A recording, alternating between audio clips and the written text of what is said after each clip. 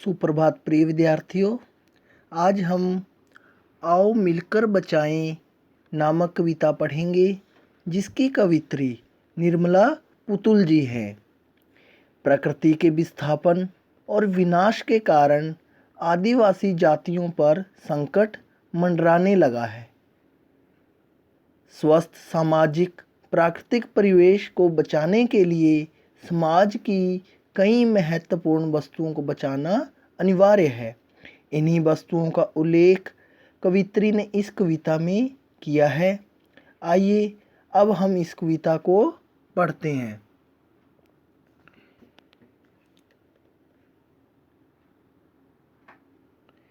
अपनी बस्तियों को नंगी होने से, शहरों की आबो हवा से बचाएं उसे।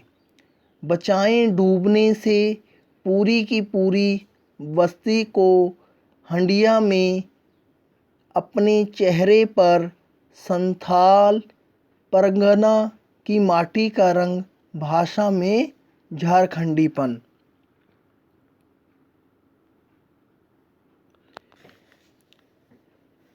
नंगी होने से अभिप्राय है मर्यादाहीन होना।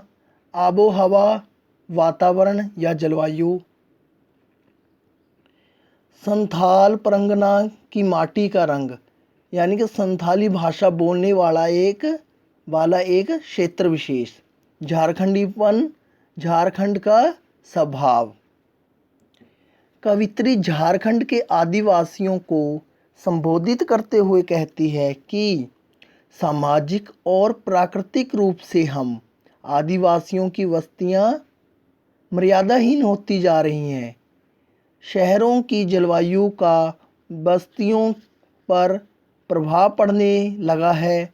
इस शहरी वातावरण से इन्हें बचाना होगा। बुराइयों के पात्र में डूबने से पूरी बस्ती को बचाना होगा। हमारे चेहरे पर संथाल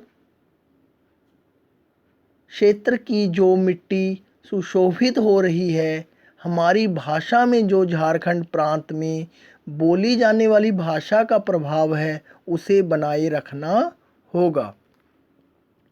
आगे कवित्री कहती है, ठंडी होती दिनचर्या में जीवन की गर्माहट, मन का हरापन, भोलापन दिल का,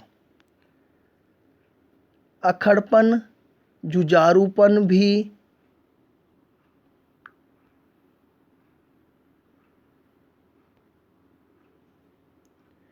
भीतर की आग, धनुष की डोरी, तीर का नुकीलापन, कुल्हाड़ी की धार, जंगल की ताज़ा हवा, नदियों की निर्मलता, पहाड़ों का मौन, गीतों की धुन, मिट्टी का सौंधापन, फसलों की लहलहाहट।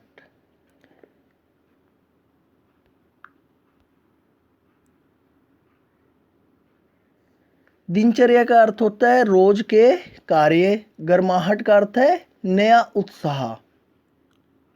हरापन का अर्थ है खुशियाँ।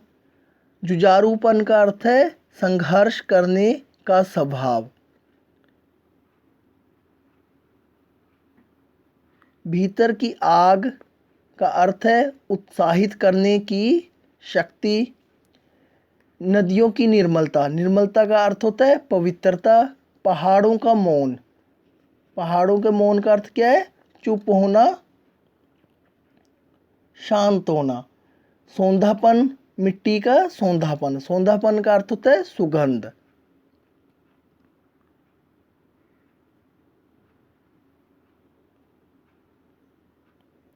कवित्री मानव जाति से आग्रह करती है कि हम सब कोशिश करके अपने अस्तित्व के लिए जूझती आदिवासी सभ्यता की सहायता कर सकते हैं।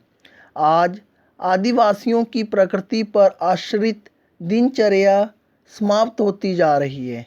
उनके जीवन का उत्साह और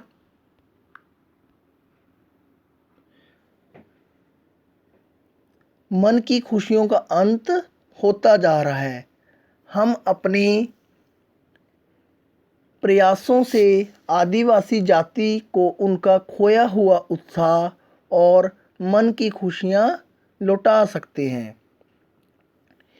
हमें उनके मिटते भोलेपन और उनकी कठोरता की भावना को बचाना होगा।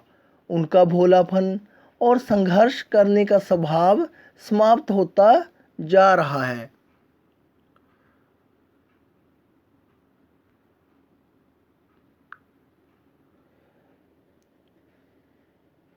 उनके भीतर जलती परिश्रम की आग भी ठंडी पड़ती जा रही है। हमें उनके परंपरागत शस्त्रों की धार यानी कि धनुष, तीर, कुल्हाड़ी, जंगल की शुद्ध हवा, नदियों के पवित्र जल, पहाड़ों की पर्वतों की शांति, गीतों की मनमोहन धुन, मिट्टी की सुगंध और खेतों में लहलहाती फसलों की रक्षा करनी है। यह सब के मिलकर प्रयास करने से ही संभव है।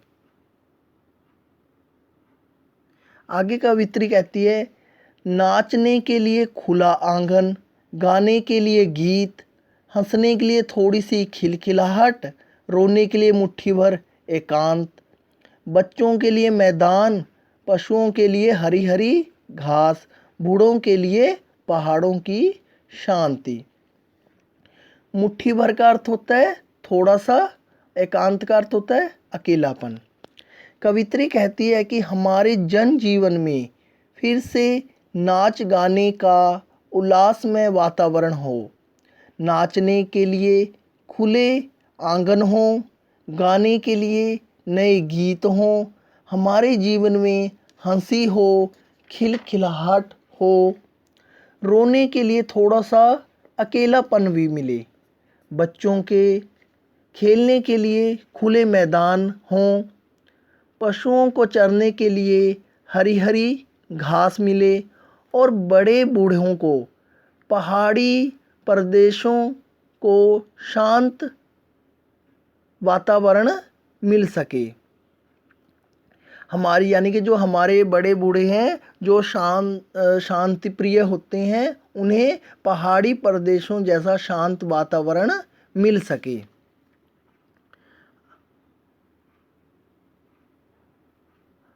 और इस अविश्वास भरे दौर में थोड़ा सा विश्वास, थोड़ी सी उम्मीद, थोड़े से सपने, आओ मिलकर बचाएं कि इस दौर में भी बचाने को बहुत कुछ बचा है अब भी हमारे पास।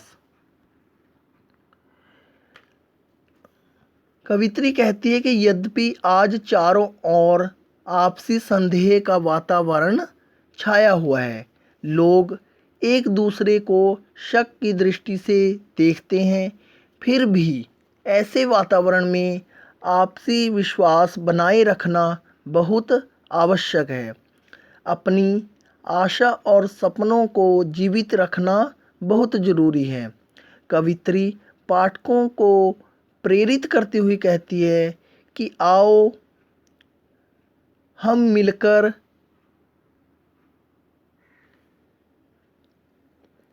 आशा, विश्वास और सपनों को बचाएं।